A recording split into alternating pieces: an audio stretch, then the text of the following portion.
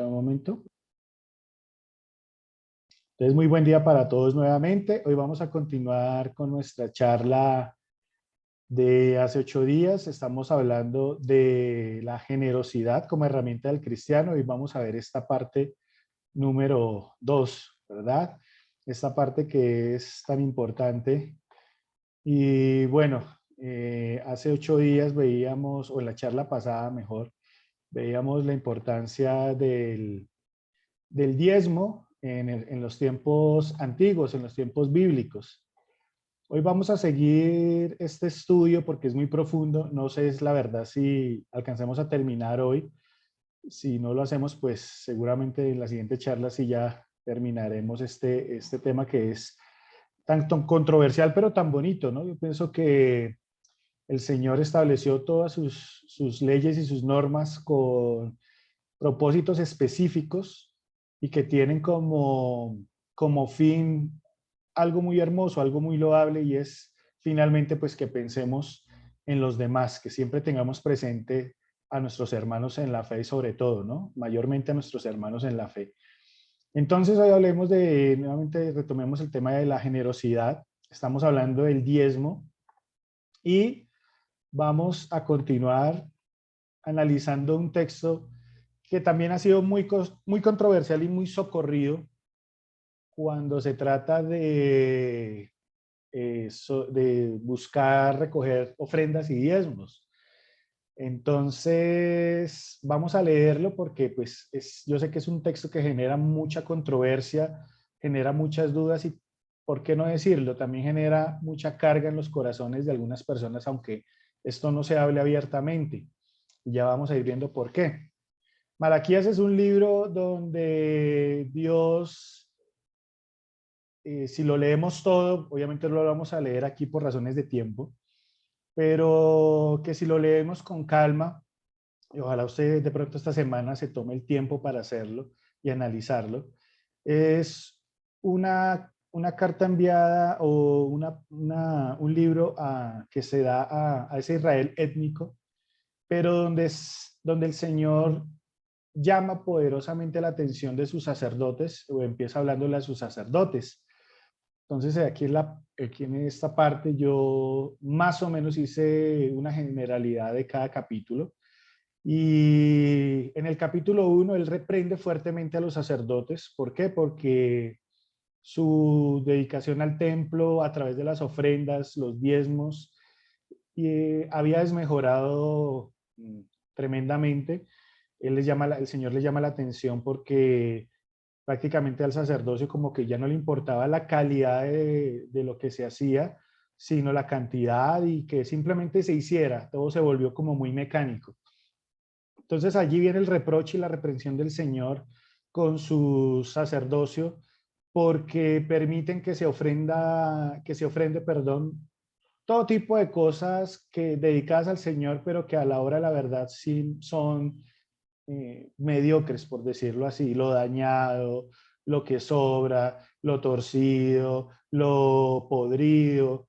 Y pues le dice a los sacerdotes: oiga, ustedes no tienen cuidado de estos asuntos, y lo que hacen es simplemente permitirle al pueblo, y esto pues obviamente de alguna manera desvirtúa el propósito de Dios cuando hizo sus estatutos, sus normas.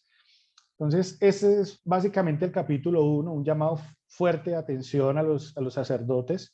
En el capítulo 2 ya empieza, después de llamarle la atención a los sacerdotes, empieza a llamarle la atención al pueblo, y específicamente les habla por esos matrimonios en yugo desigual. ¿Qué quiere decir en yugo desigual? Pues que reprocha que muchos de sus hijos de su pueblo se estaban casando con mujeres de otras tribus, de otros pueblos, perdón, y que obviamente esos pueblos pues adoraban otros dioses.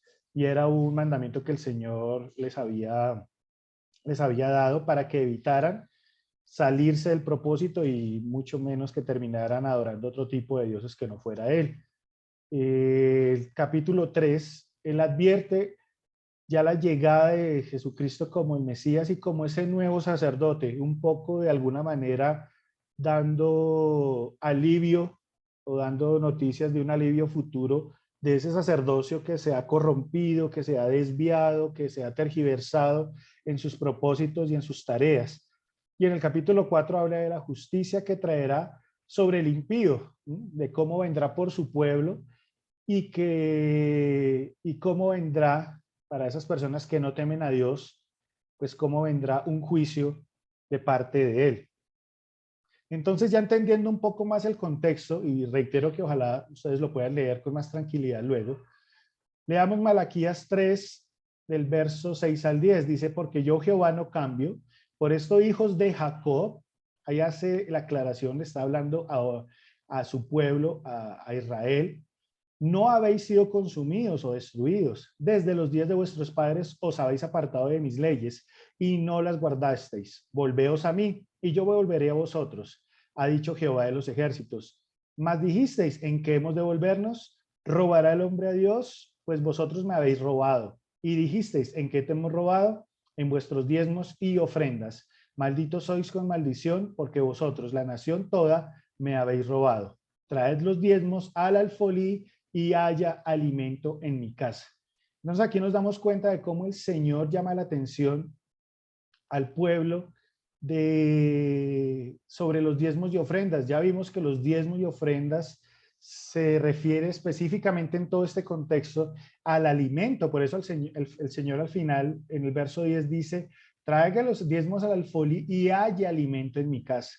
Todo eso que era necesario para la dedicación del templo y para el sostenimiento de la tribu de Leví, pues había escaseado. ¿Y por qué había escaseado? Porque simplemente el pueblo había dejado de llevar estos insumos y había obviamente dejado de cumplir este mandato. Entonces, démonos cuenta que en el contexto, pues el Señor reprocha fuertemente a su pueblo.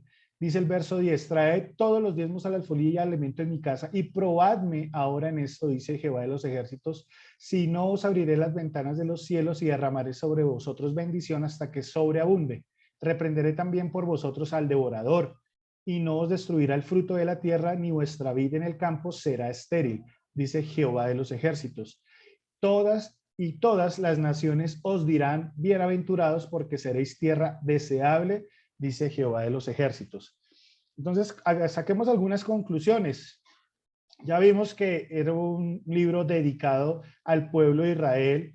Ya vimos el contexto, su desobediencia, empezando por los sacerdotes y que continuó con los habitantes, con el pueblo mismo, por su desobediencia, porque estaban casados en yugo desigual, por sus adulterios, sus fornicaciones, por todo su pecado.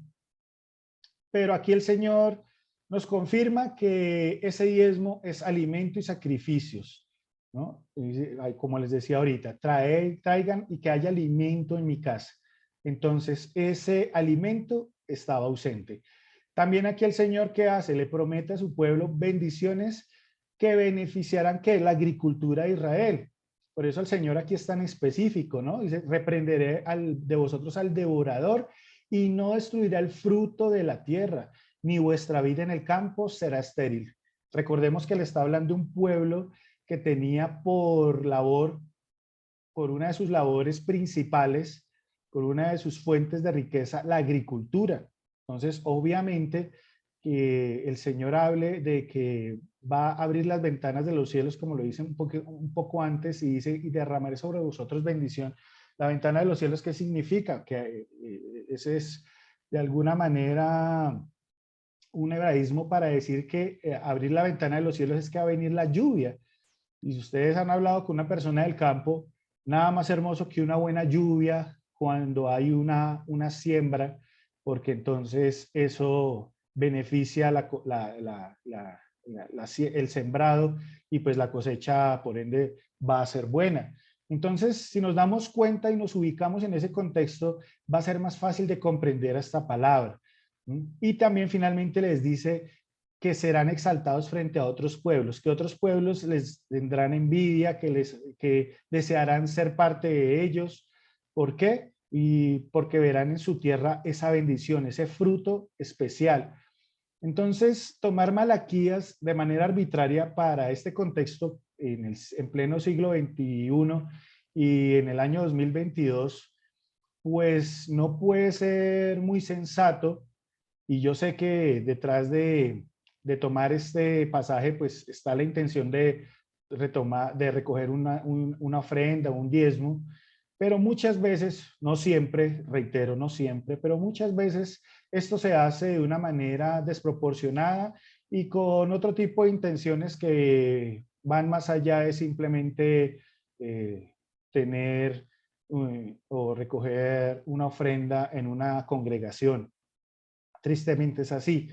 Entonces, aquí les voy a pedir que seamos muy pacientes. Voy a leerles varios pasajes que nos van a terminar de consolidar este argumento de que ese diezmo como tal, ese mandato, pertenecía al antiguo pacto y que no está vigente. Entonces, voy a leerles varios pasajes, voy a hacer algún énfasis en algunas partes de los textos que nos van a ir dando claridad de cómo el diezmo era de la ley y ahora deja de ser para nosotros un mandato o para el pueblo de Israel y por ende para nosotros como cristianos, y pues ya vamos a ir comprendiendo el por qué. Entonces, Romanos 6, por dar algunos ejemplos, Romanos 6:14, así el pecado ya no tendrá poder sobre ustedes porque ya no son esclavos de la ley, ahora están al servicio del amor de Dios. Alguien podrá decir que, como ya no son esclavos de la ley, sino que estamos al servicio del amor de Dios, podemos seguir pecando, pero eso no es posible. Romanos 7:5, cuando vivamos sin poder dominar nuestros malos deseos, la ley solo servía, pasado, para desearos hacer más lo malo. Y así todo lo que hacíamos nos separaba más de Dios. Pero ahora la ley ya no puede controlarnos. Es como si estuviéramos muertos. Somos libres y podemos servir a Dios de manera distinta. Ya no lo hacemos como antes, cuando obedecíamos la antigua ley, sino que ahora obedecemos al Espíritu Santo. Gálatas 3:15. Hermanos míos, les voy a dar un ejemplo que cualquiera puede entender. Cuando una persona hace un pacto con otra y lo firma, nadie puede anularlo ni agregarle nada. Ahora bien, las promesas que Dios le hizo a Abraham eran para él y para sus descendientes. La palabra no dice que las promesas eran para sus descendientes, sino para su descendencia, la cual es Cristo. Lo que yo quiero decir es esto: la promesa de Dios no puede cambiarla ni dejarla sin valor. Una ley que Dios dio 430 años después, porque si Dios diera lo que prometió solo a quien obedece la ley, entonces ya no lo daría para cumplir su promesa. Pero lo cierto es que cuando Dios le aseguró a Abraham que le daría lo prometido, no le pidió nada a cambio. Entonces, ¿para qué sirve la ley? Pues después de hacerle su promesa a Abraham, Dios nos dio la ley para mostrarnos lo que estábamos haciendo mal, pero esa ley serviría solo hasta que viniera el descendiente de Abraham, a quien Dios le hizo la promesa. Dios le dio la ley a Moisés por medio de los ángeles, para que él nos la diera a nosotros. Pero cuando Dios le hizo la promesa a Abraham, no usó mensajeros, sino que se la hizo personalmente. Esto no significa que la ley esté en contra de las promesas de Dios, de ninguna manera, porque si la ley pudiera darnos vida eterna, entonces Dios nos hubiera aceptado por obedecerla. Entonces no es por obedecer la ley, es por gracia, por la fe. Dice el verso 22, la palabra dice que el pecado nos domina a todos, de modo que el regalo que Dios prometió es para los que confían en Jesucristo. Antes de eso, la ley fue como una cárcel donde estuvimos encerrados hasta que vimos que podíamos confiar en Cristo. La ley fue como un maestro que nos guió y nos llevó hasta Cristo para que Dios nos aceptara por confiar en Él. Pero ahora que ha llegado el tiempo en que podemos confiar en Jesucristo, no hace falta que la ley nos guíe y nos enseñe. Ustedes han confiado en Jesucristo y por eso todos ustedes son hijos de Dios. Porque cuando fueron bautizados también quedaron unidos a Cristo y ahora actúan como Él. Así que no importa si son judíos o no lo son. O sea, a nosotros, porque nosotros no somos judíos, no tenemos ascendencia judía. si son esclavos o libres, o si son hombres o mujeres. Si están unidos a Jesucristo, todos son iguales. Si están unidos a Cristo, entonces son miembros de la gran familia de Abraham y tienen derecho a recibir las promesas que Dios le hizo. Interesante aquí esto. Gálatas 4:7, ustedes ya no son como los esclavos de cualquier familia, sino que son hijos de Dios y como sus hijos, gracias a Él, tienen derecho a recibir su herencia. Según de Corintios 3:4-18, por medio de Cristo, Dios nos asegura que todo eso es cierto, pero nosotros no somos capaces de hacer algo por nosotros mismos. Es Dios quien nos da la capacidad de hacerlo. Ahora Dios nos ha preparado para que anunciemos a todos nuestro nuevo compromiso con Él. Este nuevo compromiso no se apoya en la ley, sino en el Espíritu de Dios, porque la ley condena a muerte al pecador, pero el Espíritu de Dios da vida. Entonces aquí nos damos cuenta a través de todos estos pasajes, y creo que hay más, pero quise como resumirlos, de cómo la ley ya no es vigente, y hablamos de esa ley ceremonial, de esa ley que llevaba al sacerdocio a hacer sacrificios, a recoger diezmos, ofrendas, a llevar esos sacrificios al altar y hacer todo tipo de rituales que el Señor les había mandado. ¿Por qué? Porque no había venido el Señor Jesús como ese sumo sacerdote a hacer que esa ley se cumpliera, pero que ya quedara ya no quedara vigente, sino que ya quedara obsoleta. Entonces ahí nos damos cuenta de cómo el Señor ya tenía un plan y un propósito trazado y destinado para esta ley, pero también un plan destinado para esa nueva ley que vendría a través de Jesucristo, su Hijo, nuestro Señor. Y entonces, si seguimos en la ley antigua a cabalidad, si pretendemos seguirla, yo me pregunto por qué muchas veces se pide el diezmo en las congregaciones y se hace de manera arbitraria, y cuando la misma palabra dice que si la ley es válida, si la cumplimos toda, o si no, no. Y si fuera así, entonces pues no deberíamos comer cerdo ni animales inmundos, como lo habla Deuteronomio. Haríamos juicios a muerte por lapidación o apedreando al que fuera homosexual, al que fuera fornicario, adúltero. Yo me pregunto por qué esa parte no se toma, y si arbitrariamente se tomó el diezmo simplemente para recoger dineros. Ahora, también nosotros como hombres nos tocaría circuncidarnos. Imaginen en este tiempo hacer esto como señal del pacto, y un pacto pues, que solo era vigente para el pueblo de Israel. Continuarían los sacrificios en los altares, matando bueyes, matando lo mejor del ganado como ofrenda por el pecado. Entonces, la pregunta sería, ¿para qué moriría Cristo en esa situación? Entonces, sería en vano.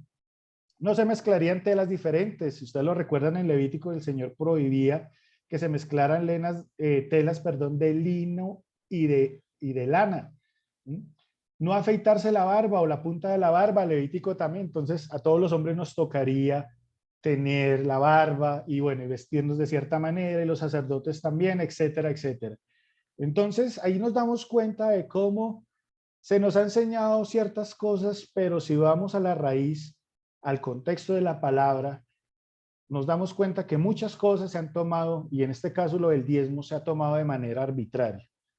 ¿Que hay detrás de eso una intención? Por supuesto, yo la entiendo, pero tristemente eso ha traído muchos problemas a la iglesia contemporánea, y ya de sobra, es decir, todo lo que la gente piensa del cristianismo allá afuera, y lo primero que hablan es, cuando hablan de las iglesias, es de los diezmos. Ya le están quitando el diezmo, allá se están robando el diezmo, allá, y hablan todo el tema de lo financiero.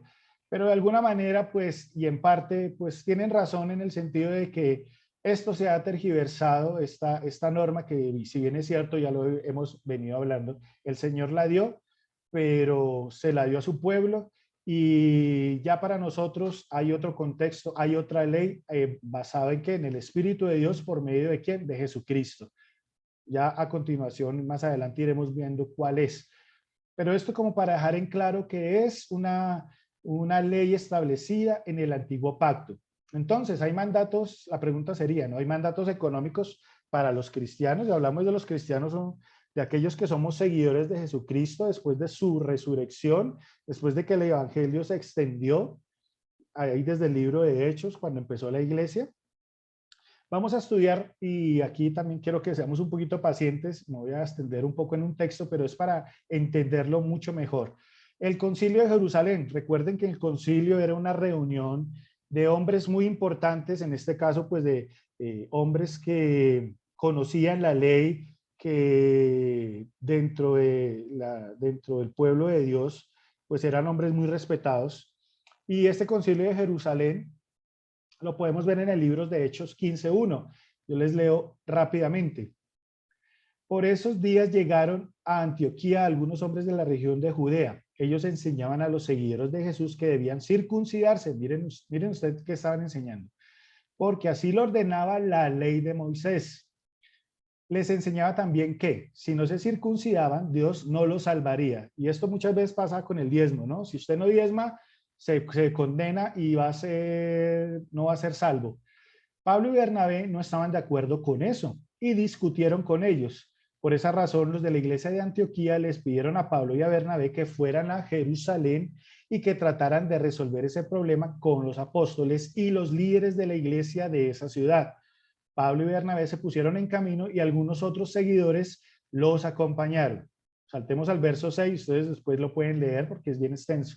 Los apóstoles y los líderes de la iglesia se reunieron para tomar una decisión bien pensada. Luego de una larga discusión, Pedro les dijo: amigos míos, como ustedes saben, hace algún tiempo Dios me eligió para anunciar las buenas noticias de Jesús a los que no son judíos. Nos está hablando a nosotros, para que ellos crean en él. Y Dios, que conoce nuestros pensamientos, ha demostrado que también ama a los que no son judíos, pues les ha dado el Espíritu Santo lo mismo que a nosotros. Dios no ha hecho ninguna diferencia entre ellos y nosotros, pues también a ellos les perdonó sus pecados cuando creyeron en Jesús. ¿Por qué quieren? Vean la pregunta de Pedro. ¿Por qué quieren ir en contra de lo que Dios ha hecho? ¿Por qué quieren obligar a esos seguidores de Jesús, refiriéndose a los que no son judíos, a obedecer leyes? Vea cómo lo expresa Pedro, que ni nuestros antepasados ni nosotros hemos podido obedecer. Más bien, nosotros creemos que somos salvos gracias a Jesús, a que Jesús nos amó mucho, y también ellos lo creen. Todos se quedaron callados. Luego escucharon también a Bernabé y a Pablo, quienes contaron las maravillas y los milagros que por medio de ellos Dios había hecho entre los no judíos. Los que no son judíos han decidido ser seguidores de Dios. Yo creo que no debemos obligarlos a obedecer leyes innecesarias. Solo debemos escribirles una carta y pedirles que no coman ninguna comida que haya sido ofrecida a los ídolos. He aquí el mandamiento para nosotros. Que tampoco coman carne de animales que hayan muerto ahogados, ni carne que todavía tenga sangre. Además, deberán evitar las relaciones sexuales que la ley de Moisés prohíbe. Miren que recurre a un argumento de la ley, pero de la ley moral, no ceremonial. Hay que recordar que desde hace mucho tiempo en esos mismos pueblos y ciudades se ha estado enseñando y predicando la ley de Moisés. Esto pasa cada sábado en nuestras sinagogas. Entonces aquí el apóstol Pedro es claro que todo esto de la enseñanza de la ley de Moisés, aquí al final lo dice, todo esto se ha venido enseñando, pero eso no quiere decir que eso se le debe enseñar a aquellos que ahora que no son, de los que no son judíos, ahora están conociendo al Señor y a Dios por medio de su Hijo Jesucristo. Y aquí empieza a haber un mandato más claro para nosotros. Ahora sí podemos decir que es para nosotros, que somos los gentiles, pues se puede decir, en el tiempo del Señor Jesús, los gentiles eran quienes no pertenecían a los judíos, al pueblo de Israel. Y aquí hay unos mandatos, vean, no coman carne sacrificada a los ídolos, o ninguna comida, carne que tenga sangre, y o que sea de ahogado. Esto también por temas sanitarios, porque si saben, los ahogados, animales ahogados, al tener la sangre adentro todavía se descomponen mucho más rápido, y pues en ese tiempo también el tema de salubridad y de posible intoxicación, pues se acrecentaba aún más. Dice dice también que nada de relaciones sexuales, y aquí habla más de un tema moral, nada de relaciones sexuales prohibidas, todo dentro del marco del matrimonio. Entonces, ahí si nos damos cuenta, el apóstol Pedro empieza a ser muy claro y ellos hacen ese concilio y establecen la carta, y la carta más adelante en el verso 28 es mucho más específica. Dice, al Espíritu Santo, vean a quién le ha parecido bien, al Espíritu Santo y a nosotros, dicen los apóstoles, nos ha parecido bien no obligarlos, ya se dirige directamente a los no judíos, a obedecer más que las siguientes reglas que no podemos dejar de cumplir: no coman carne de animales, en honor a los ídolos, no coman sangre, bueno, y vuelve y le repite lo que ya leímos ahorita. Dice, si cumplen con esto, harán muy bien, reciban un cariñoso saludo. Entonces saquemos algunas conclusiones de este pasaje, que sería bueno que usted también se tomara el tiempo de leer en Hechos con más calma. Pero aquí nos reitera que no, ya no vivimos, que ahora vivimos bajo la ley de Cristo, que es la gracia, no bajo la ley mosaica o la ley de Moisés. No se menciona en ningún lado, y no le pareció bien ni al Espíritu Santo ni a los apóstoles, imponer el asunto del diezmo, ni siquiera fue un punto de discusión.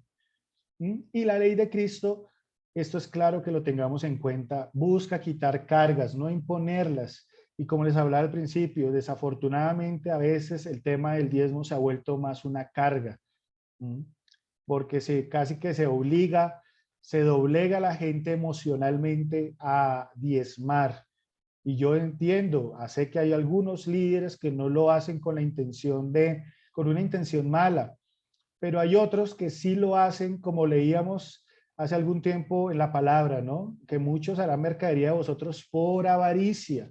Entonces hay muchos que por avaricia recurren a esa coacción emocional y presionan para que la gente se sienta amenazada, se sienta maldecida, se sienta perturbada emocionalmente, se sienta distante de Dios, se sienta que está robando a Dios, como lo dice Malaquías, pero ya vimos que es un libro totalmente contextualizado en el marco del judaísmo, para los hijos de Dios, para Israel, pero se toma arbitrariamente y se toma de alguna manera para buscar unos objetivos a veces muy personales.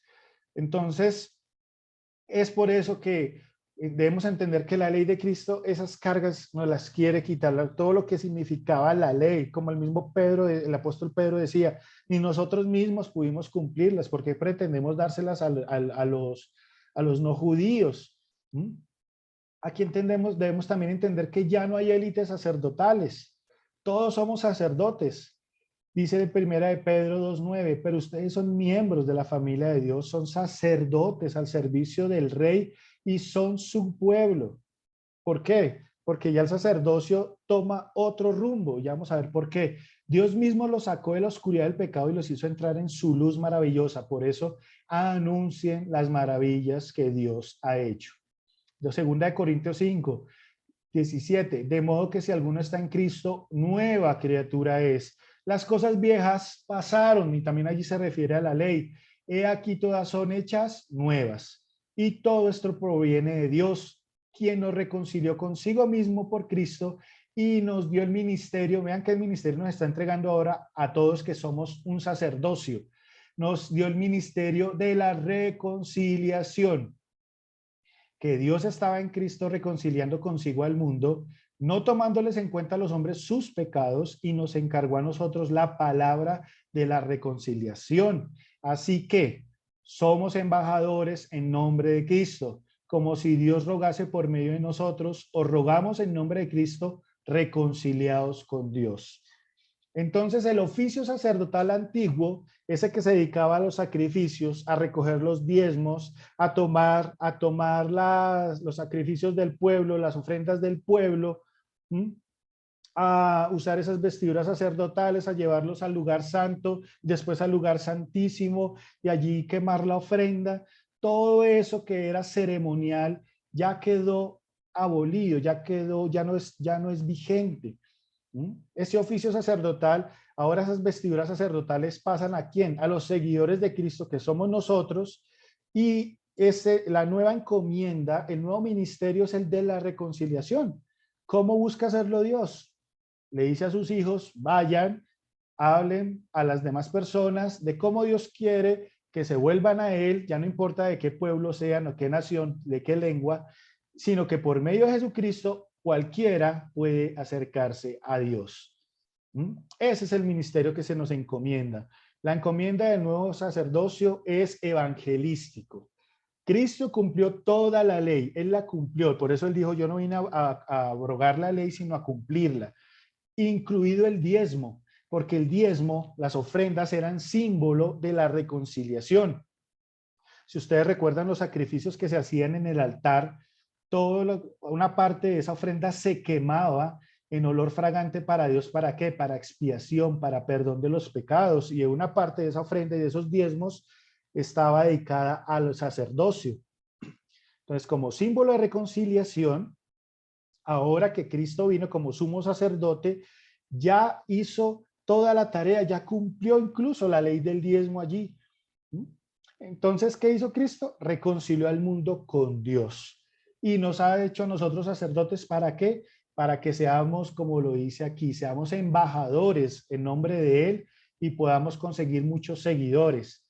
Y aquí es donde nos encontramos con muchas frases equivocadas y manipuladoras. Mira, mi intención no es ponerlos en contra de alguien específicamente, pero mi intención tampoco es que ustedes vuelvan a ser engañados, ¿no? Porque tristemente, como lo dijo el Señor, mi pueblo se perdió por falta de conocimiento. Y ahora que conocemos todo esto, ¿quiere decir esto que no vamos a darle al Señor, que no debemos dar? Bueno, eso ya lo veremos más adelante. Seamos pacientes. Pero muchas frases que se escuchan en muchas congregaciones y que muchas veces perturban nuestro corazón, ¿no? Y que están totalmente descontextualizadas de la palabra. Yo hablo a la luz de la palabra, no de lo que alguno se soñó, lo que alguno creyó, lo que alguno se imaginó, por más que sea una autoridad eclesiástica, que merecen respeto, pero también a su vez ellos deben buscar es respetar y ser claros con lo que predican y ser vasos limpios, ¿no? Un vaso, el mejor recipiente es el que está limpio de tal manera que en él se pueda verter agua y esa agua no tenga ninguna contaminación y se le pueda dar a quien la necesita. Así es la palabra de Dios. Debemos buscar aquellos que ejercemos algún tipo de liderazgo, ser esos vasos limpios, no solo en santidad, sino a la hora de transmitir la palabra de Dios. ¿Para qué? Para que podamos darla al pueblo de Dios sin ningún tipo de adulteración. Entonces yo sé que hemos escuchado algunas frases, ¿no? Yo sé que hay muchas, pero estas frases son las que debemos tener presentes, recordarlas y no sentirnos acusados por ellas, porque detrás de eso tal vez hay alguna intención muy diferente a la de enseñar la palabra de una manera clara. Es mejor el 90% con bendición que 100% con maldición. Aquí apelan a la maldición, hacerle creer a la persona que ya está bajo maldición. Entonces, ¿cómo creen que va a dar esa persona? ¿Va a dar con un corazón alegre? No, va a dar por miedo. ¿Por qué? Porque siente que como es maldita o que para evitar esa maldición necesita dar. Entonces, hay una coacción emocional y recurren al temor. Otro que he escuchado por ahí algunos líderes, el pecado de Adán no fue pagar el diezmo, totalmente descontextualizado. El pecado de Adán claramente fue la desobediencia, pero a este nivel se ha llegado en las congregaciones a decir este tipo, no es algo que yo me estoy inventando, y seguramente usted lo va a escuchar o lo ha escuchado. Otro movimiento que se ha dado por ahí, vas a diezmar el valor de lo que debes. Entonces, si debes 100,000 pesos, ¿cuál es el 10% de 100,000? 10,000. Ah, bueno, entonces vas a diezmar eso. Entonces ya el fulano no va a deber, no va a tener una deuda de 100,000, sino de 110,000. O no va a tener una deuda de 1,000,000, sino de 1,100,000. Imagínese decirle eso a la gente de una manera, muchas veces, perdónenme la expresión, pero de una manera torpe o de una manera deliberada, añadiéndole a su deuda más deuda. Entonces, si es una situación, hay que dar de lo que uno tiene, y eso lo veremos más adelante, no de lo que no se tiene. Pero este tipo de cosas se dan buscando sacar algún beneficio de la gente. quien no diezme se condenará y perderá su salvación. Algunos son así de radicales porque se desesperan y la gente no da. Entonces empiezan a generar nuevamente, como al principio lo hablamos, a generar ese manto de duda sobre su salvación. Pero recordemos que esto no es por obras, es por gracia. El diezmo es para la iglesia y su líder. Bueno, discutible en el sentido de que, pues ya el diezmo entendemos qué significa, pero para la iglesia y para el líder, bueno, hay que ver si realmente es solo para la iglesia y para el líder. Esto tiene un contexto y ya más adelante lo vamos a ir viendo. Pero esto tiene más como objetivo monopolizar esa recogida de esos dineros para que no haya fugas, entre comillas. Otro que he visto por ahí, sella esta palabra con tu ofrenda o con tu diezmo. Entonces, un líder que suelta una palabra y supuestamente para darle valor, no sé qué tipo de valor a la palabra de Dios, o sea, la palabra en sí, por sí misma ya tiene valor, pero hay que sellarla. Se inventaron eso, no sé de dónde lo sacaron, en la Biblia por ningún lado hay respaldo para tal declaración, pero se dice eso, ¿no? Sella esta palabra y la gente corre y bota dinero ahí en una caja, bota incluso relojes, cadenas, todo eso se vuelve un mercado tremendo. Pero detrás de eso realmente está la intención de sellar, entre comillas, la palabra. Es necesario sellar una palabra de Dios. Por ningún lado se ve semejante actuación de los discípulos o de los apóstoles, o mucho menos que lo establecieran como un mandato.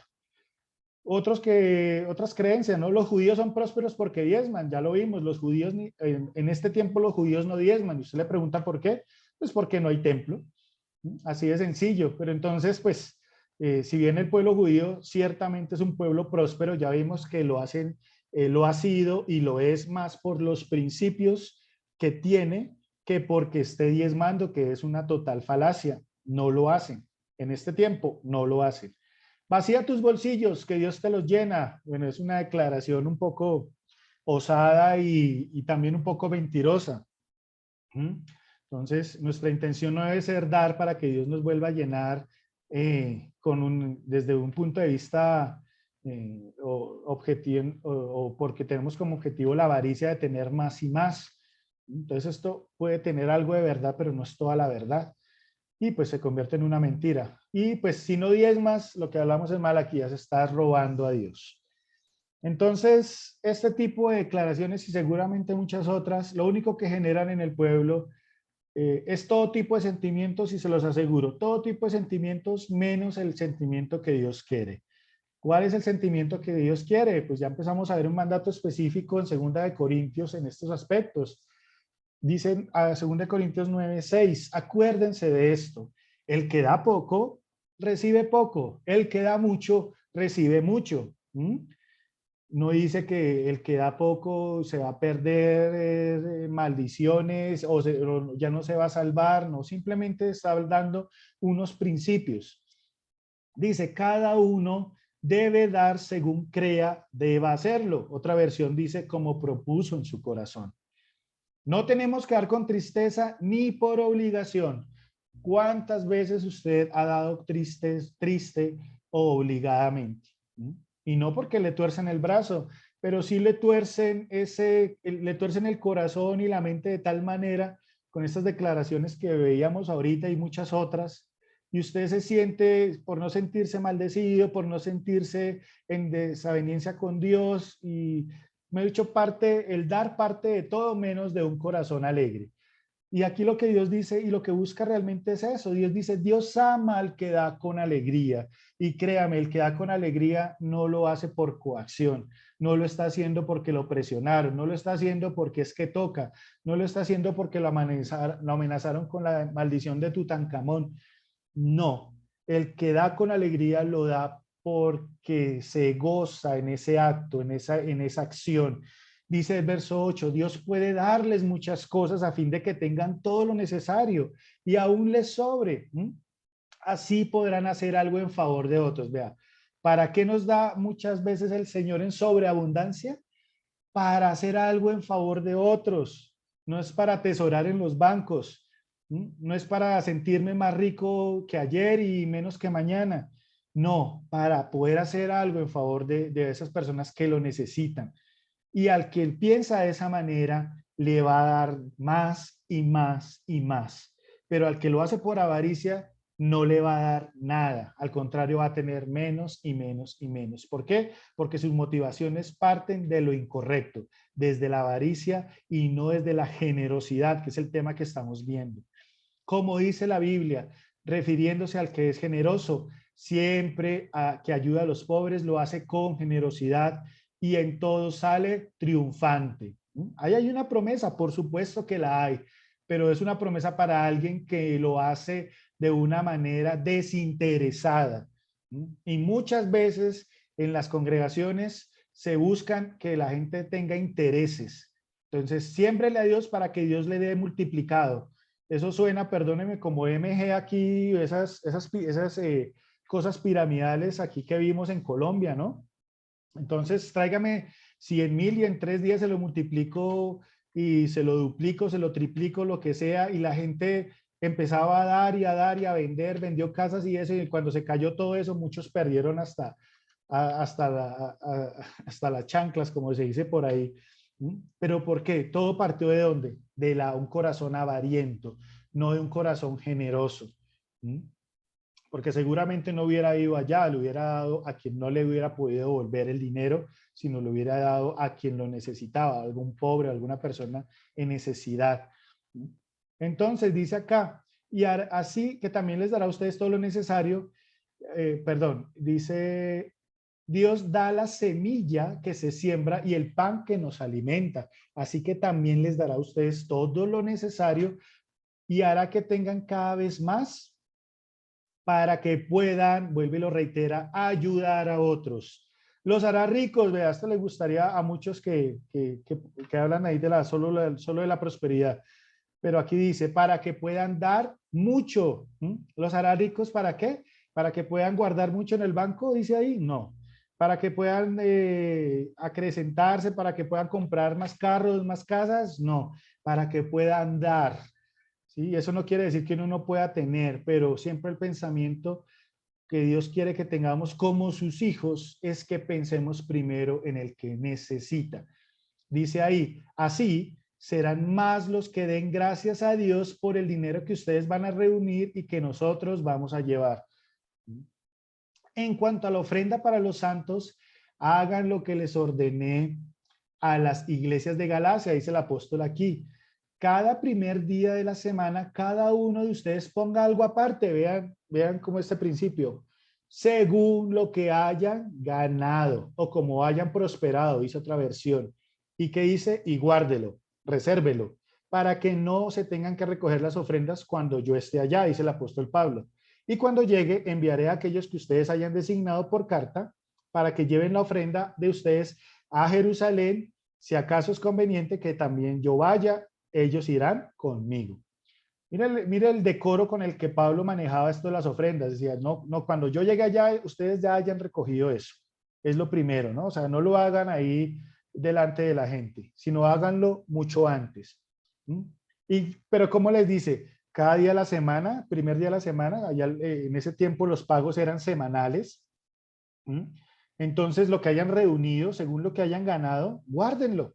Entonces, a mí me sorprende que en muchos lugares llevan a la gente incluso para ofrendar y diezmar a tener deudas con los bancos. Entonces, lo que les hablaba al principio, deuda sobre deuda. No, hay que dar de lo que se tiene, no de lo que no se tiene. Los bancos felices, pues hay que abrirles cuentas y pues que nos paguen intereses. Y pues muchas congregaciones también felices porque finalmente pues les dan la plática íntegra a ellos. ¿Y a quién le queda el pago y los intereses? Pues a uno. Ahora esa es la manera que Dios nos dice que debemos ofrendar. No. Aquí nos da, aquí a Galacia, que eran pueblos ya que no eran judíos, el apóstol Pablo da unas instrucciones claras.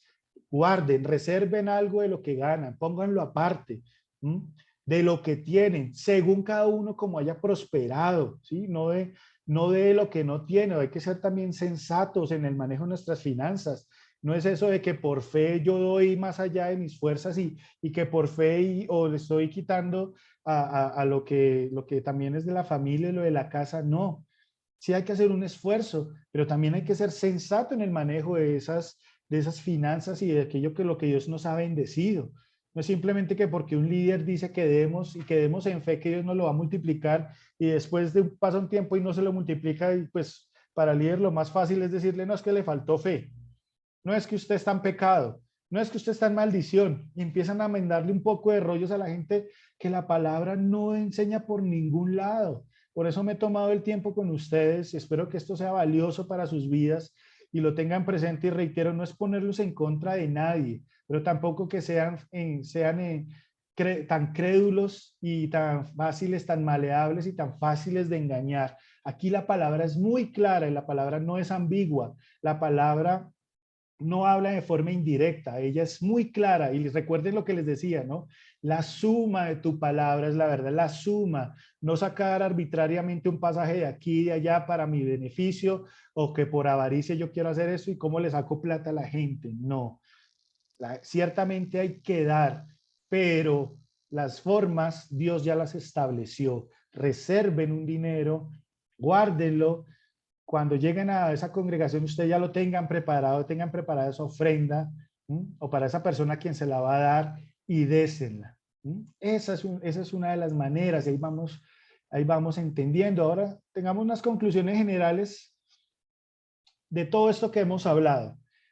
Aquí hay unos pasajes, ustedes ya después con más calma, si quieren, ya después vuelven a ver el video y leen estos pasajes que reafirman cada una de estas conclusiones, que a la luz de la palabra, pues que son bíblicas, obviamente, y que son también de parte del Señor un mandato. Dice, debemos dar, es un hecho. Dios ya da por sentado que debemos dar, pero hablamos de ofrenda, no de diezmo. Ahora, quiere decir esto, perdón, que si alguien dice, no, yo quiero diezmar, yo ya entiendo que el diezmo pues era de la ley, pero yo quiero diezmar. Bueno, delo. O sea, yo no tengo problema con el término. El problema es que ese término se use de una manera inadecuada, como ya lo hemos venido hablando y en el contexto que hemos venido hablando, muchas veces simplemente para abusar de la gente, pero no. Si usted estableció que es un diezmo, usted saca el 10% de lo que gana, pues está en toda su libertad de hacerlo. Lo importante es que entienda que no lo está haciendo porque la ley de Moisés lo dice, sino porque es la forma en que usted quiere honrar a Dios. Y pues no pretenda tampoco enseñarlo de esa manera. Entonces hablemos de ofrenda, de algo que le damos a Dios, de lo que Él nos da para darle a Él y a los que nos necesitan. Querer imponer el diezmo sin poner cargas innecesarias. Ya lo habló el apóstol Pedro y lo que les leía, de cómo la ley en muchas de las cosas de la ley eran innecesarias y difíciles de cumplir. Nuestra ofrenda debe darse con manos limpias. Manos limpias. Recuerden el pasaje, Mateo 5:23, si tienes algo contra tu hermano y vas al altar y allí tienes tu ofrenda, déjala ahí, arréglate con tu hermano y ahí si vienes y me das la ofrenda. Al Señor no le interesa su dinero.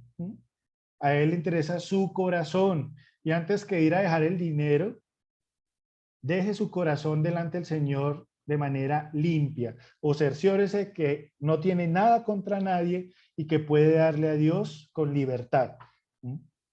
Siempre hay algo para dar. ¿Quién es el que da la semilla? Dios la da. No hay excusa. Usted puede ganarse semanalmente 50,000 pesos. Saque algo de ahí, como haya prosperado y como lo dijo el apóstol ahorita en el pasaje que los leía, según lo que haya ganado y como haya propuesto en su corazón, dele algo, pero dele al Señor. Jesús está atento a nuestra generosidad y a nuestro corazón. Él siempre, como la viuda, acuérdense del pasaje de la viuda, ¿no? Dice que él se sentó al frente del cofre de las ofrendas y empezó a ver cómo todos echaban dinero y cómo una viuda dio de lo que tenía, dio todo lo que tenía, ¿cierto? Dio 2 blancas, que era muy poquito para la gente en comparación a lo que otros daban. Pero ¿qué exaltó el Señor Jesús? La intención del corazón de esta mujer. Ella no dio de lo que sobraba, dio generosamente y de lo poco que tenía dio mucho, dio porque lo dio todo. La generosidad es movida por el agradecimiento, no por la avaricia. Cuídese usted, hermano, cuídese usted, hermana, de que cuando dé lo esté haciendo por avaricia. Dios no es una máquina tragamonedas que usted le echa 100 pesos o 500 pesos, baja la palanca y mecánicamente le devuelve más monedas. No, Dios, no veamos a Dios así. Si Dios es bien cierto, ya lo vimos, Dios habló en su palabra de que él daría, él haría que al generoso le vinieran bendiciones. Él lo va a hacer, pero que esa persona es generosa, no porque es avarienta. Entonces, cuidémonos de esa avaricia o cuidémonos de los que nos hablan al oído, incluso con la palabra, la tergiversan, la tuercen. ¿Por qué? Por avaricia, para sacarnos el dinero o para que nosotros también veamos a Dios simplemente como un cajero automático. Entonces, la clave es esta oración, la clave es este ayuno, la clave es no sé qué, y se inventan fórmulas que están en todo lugar menos en la Biblia para hacerle creer a la gente que Dios funciona así, y Dios no funciona así. La generosidad debe volverse natural, hagamos de la generosidad algo habitual, no es una imposición normativa.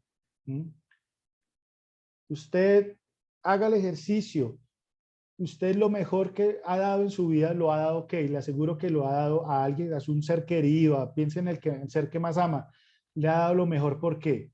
¿Porque se lo mandaron? No, porque lo ama. Entonces, también esto nos lleva a concluir que como esto no es normativo, que también la ofrenda es mayor que el diezmo, desde el aspecto moral. ¿Por qué? Porque vamos a dar de corazón, con un corazón alegre, con un corazón en libertad, con un corazón que no está en deuda con nadie. Entonces, un corazón agradecido que con toda libertad y amor le dice, Señor, yo doy de lo que me has bendecido. ¿Y a quién quieres que le dé, Señor mío? Voy a dar allá en la congregación a donde voy a darle a este familiar que necesita, y mayormente a los de la fe, no, a este hermano en la fe, y yo sé que es una persona dedicada a Dios, no, hay que darle, hay que sembrar en esta persona. Y esa actitud Dios la bendice, esa es la actitud que Dios bendice. No al que le dice Dios, yo te doy esto para que me lo multipliques, ¿no? Y como el chavo cuando sembraba ya, le dijo la chilindrina, ¿no? Y dijo, siembra este peso para que te salga un árbol de dinero. ¿No? Eso solo se lo cree el chavo y por ahí algún indocto en la ley y en la palabra. Entonces, que usted no sea uno de esos. Pero yo sé que con todo lo que hemos aprendido, usted ya entiende mucho más qué significa esto de dar, de ser generoso. La primera la primera ofrenda es el corazón contrito y humillado. No olvidemos esto. Es lo primero que Dios busca. Por eso también el Señor dijo, ¿no? Si tienes algo contra tu hermano y trayendo tu ofrenda, no, ve y soluciona eso. Humíllate, asegúrate de que tienes eso solucionado y ahí sí ven y me das. Esa es la primera ofrenda que debemos buscarle a Dios, darle de una manera limpia, de una manera pura. Y la ofrenda es proporcional a los ingresos, ya lo vimos, ¿no? Entonces, no se deje creer que es que tiene que dar de lo que no tiene o diezmar diezmar de su deuda y añada más deuda a su deuda. No. Usted, Dios le ha dado una bendición financiera, pues proporcional a esa bendición, siempre en la casa de Dios, siempre a sus hermanos, a ese familiar necesitado, déjese guiar por Dios, pero tenga siempre algo reservado para dar. Amén. Entonces, hasta aquí vamos a dejar. La próxima semana vamos ya a cerrar este tema. No queda mucho, vamos a dar unas conclusiones generales, pero yo creo que era importante que tuviéramos claro estos conceptos. Si usted de pronto no ha visto la reunión anterior, la charla anterior, la puede ver y pues puede recapitular todo lo que hemos hablado y lo que la palabra habla de esta cuestión del diezmo.